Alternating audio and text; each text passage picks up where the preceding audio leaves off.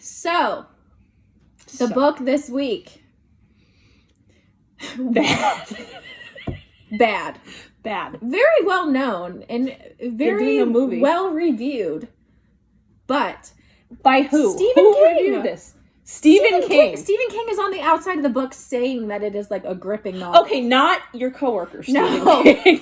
actual Stephen King. I was going to say, there ain't no way Stephen King, your coworker. No, the actual Stephen King reviewed this book and said that it was phenomenal. So, what kind of crap was Stephen King smoking? I had high hopes, and now we should probably tell you what the book is. It is The Woman in the Window by A.J. Finn, and they are coming out with a movie on this fucking craptastic book, which... Craptastic is the best way to put it. It was honestly one of the worst books I've read ever. It was... Okay, first of all, the very first page of this book, you can guess what's going on, okay? But she starts out in the house alone, talking to... She's a drunk. She's on pills. She drinks enormous amounts of wine every day. And then talks to her husband and her daughter. Yeah. Oh my lord. Anyway, so I don't recommend it. Well, if you're looking to waste 5 hours of your life on a slow moving, slow burning book. But long story short, she catches the across the street neighbor having an affair. Yes, that's the first chapter. Mm-hmm. She's watching as the husband is walking up the sidewalk, and then she sees in the windows the construction contractor. worker. Yes, yeah, she's hooking up with the contractor, and then miraculously, right before he opens the door, his papers fly out all over the sidewalk. Nope. And then they happen to realize that he's home, and luckily... You're in the beginning. Well, they move in at night, so she doesn't see what they look like. Okay, then that's... She knows that there is a father-mother-son dynamic, but she never sees the mom. Until the mom knocks at her door. No. The mom does not knock. I know you read it a while ago. It's Halloween. The agoraphobe's house is getting egged. That's right. And she's drunk at this point. Main character ends up freaking out and trying to tell these kids to stop egging her house. So she runs out the door, simultaneously falls down the stairs and has a panic attack and blacks out. And then they bring in this woman who helps her up the stairs and inside. And all that she says is, "Oh, I was just coming from next door." And she said, "Are you Jane?" I forget the last name. I totally forgot the last name. And she just basically goes along with it and says, yes, so the agoraphobe thinks that the whole time that this young woman is the mom in this family. Well, the agoraphobe, okay, that's the thing about this agoraphobe, right?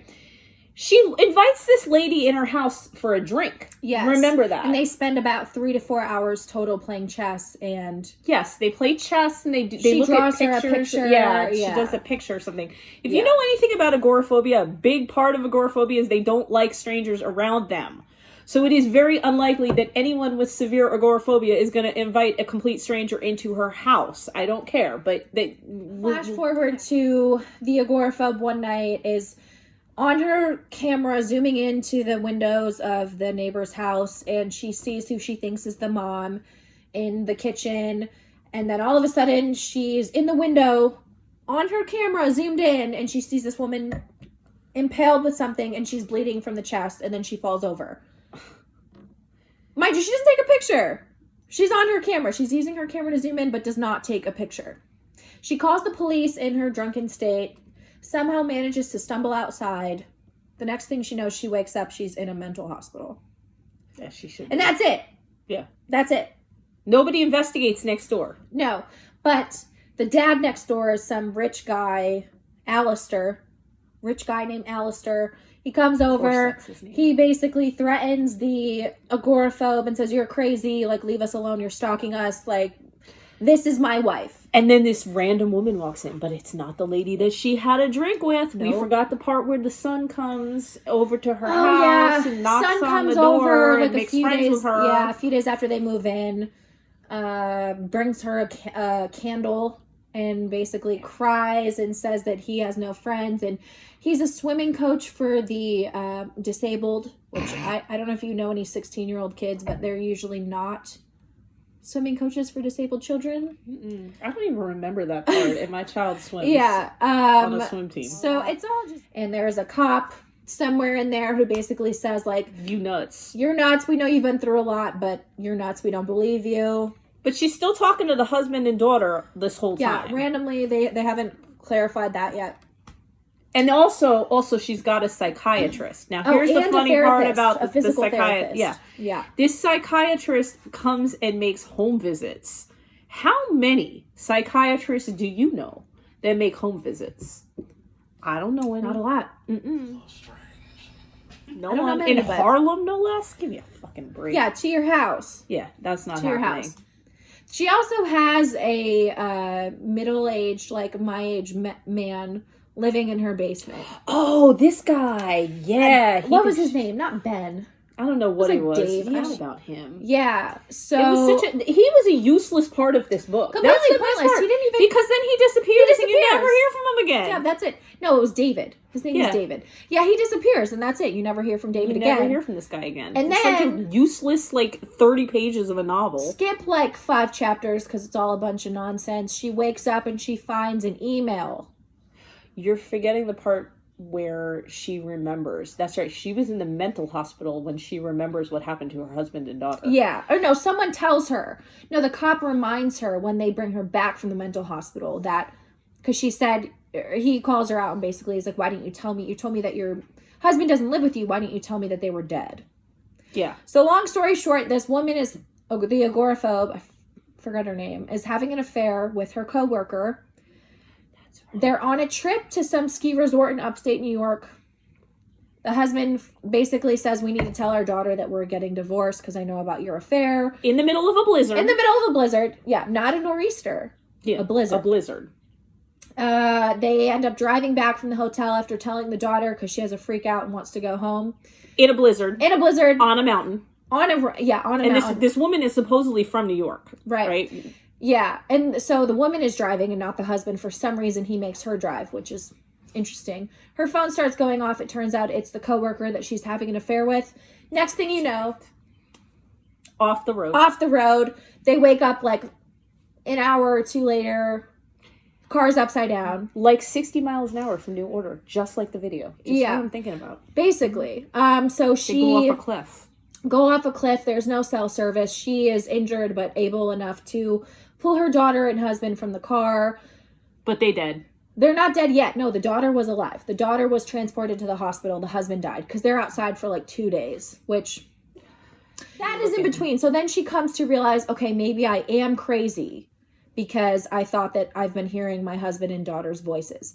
But in the meantime, she gets an email from a random account. And it's a picture of her attached of her sleeping at 2 a.m. That's right. She calls the police. They're like, this came from your IP address. You took this. You're probably just leading us on a wild goose chase. So such bullshit. It's just random. There's so many random pieces that just don't ever pan out or make any sense. But we might as well just get to the ending. Yeah, the ending is ridiculous. The ending is ridiculous. The downstairs neighbor ends up moving out after she tells the police that he was in jail. Because the downstairs neighbor's like, this bitch is crazy. Yeah. The downstairs neighbor fucks her, but then...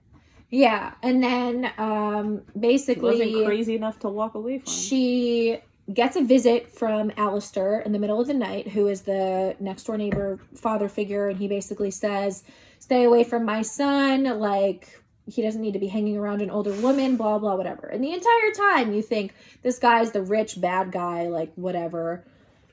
That night, she happens to have an epiphany from her daughter. Oh, and she has a cat this whole time, by the way. Punch the cat.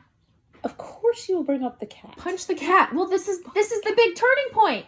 And she wakes up and she has an epiphany. Why would the neighbor next door, the teen, ask if the cat's paw was okay?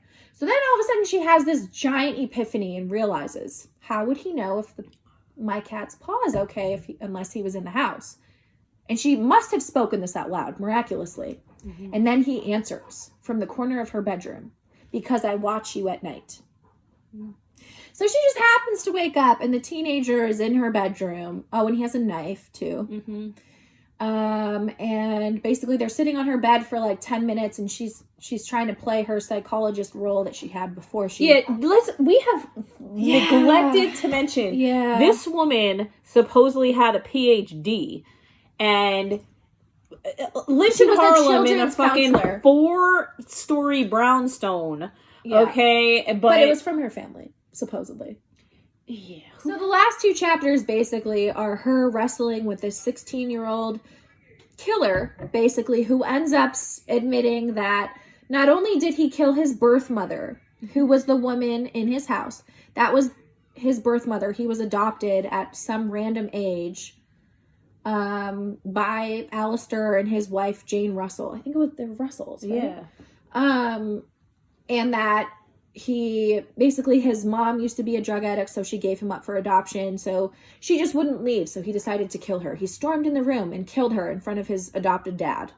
Who doesn't say anything. The dad covers it up. The adoptive mom is out of town, who is the woman that has been there this whole time, basically. So he admits to this woman.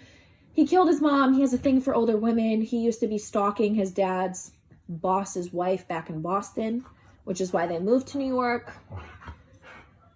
Then they go on this chase through this house, and she goes upstairs. Up in the garden. All the way up in the garden. Who knew that was going to happen? It's pouring rain, by the way. They make it sound like it's a freaking tsunami.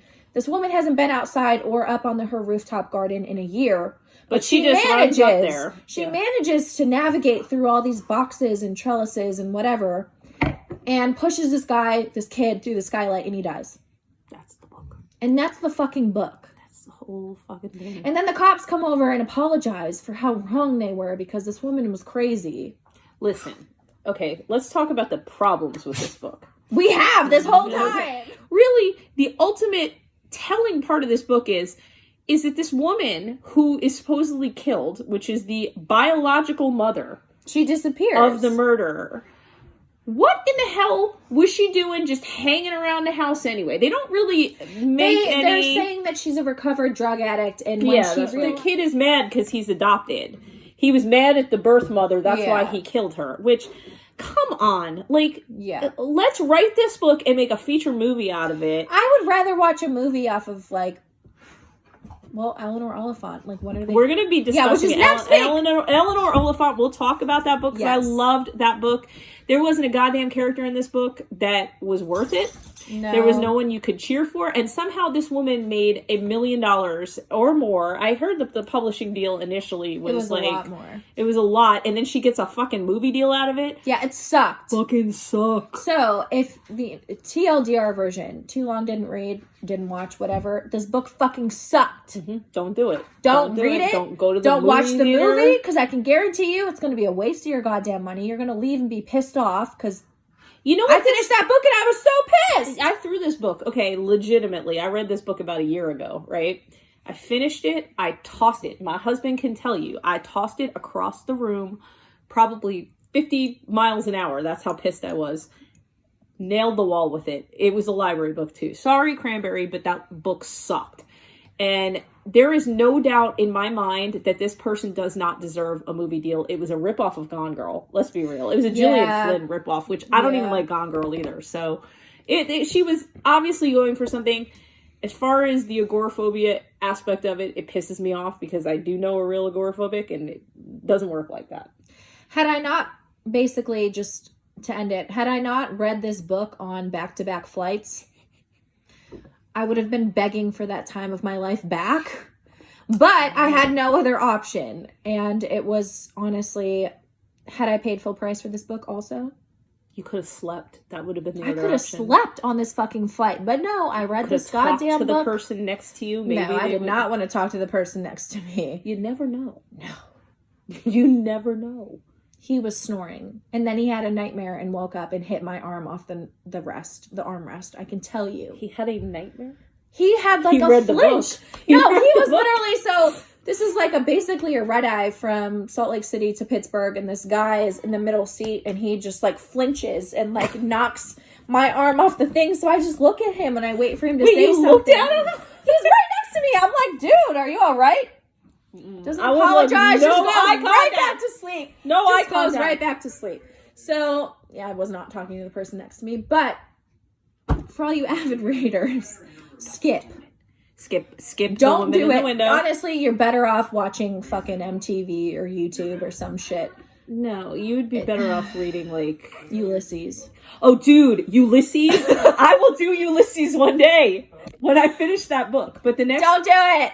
Hey, I will finish Ulysses. We're going to go to Ireland, and that's a different story. Well, if this coronavirus ever ends, we'll go to fucking Ireland. See, that's why we're doing these book reviews. We're doing them for you. We have quarantinis. If you're still watching this, run, okay? Run! Because listen, the longer that this goes on, it's just going to get crazier and crazier. So, don't read this book.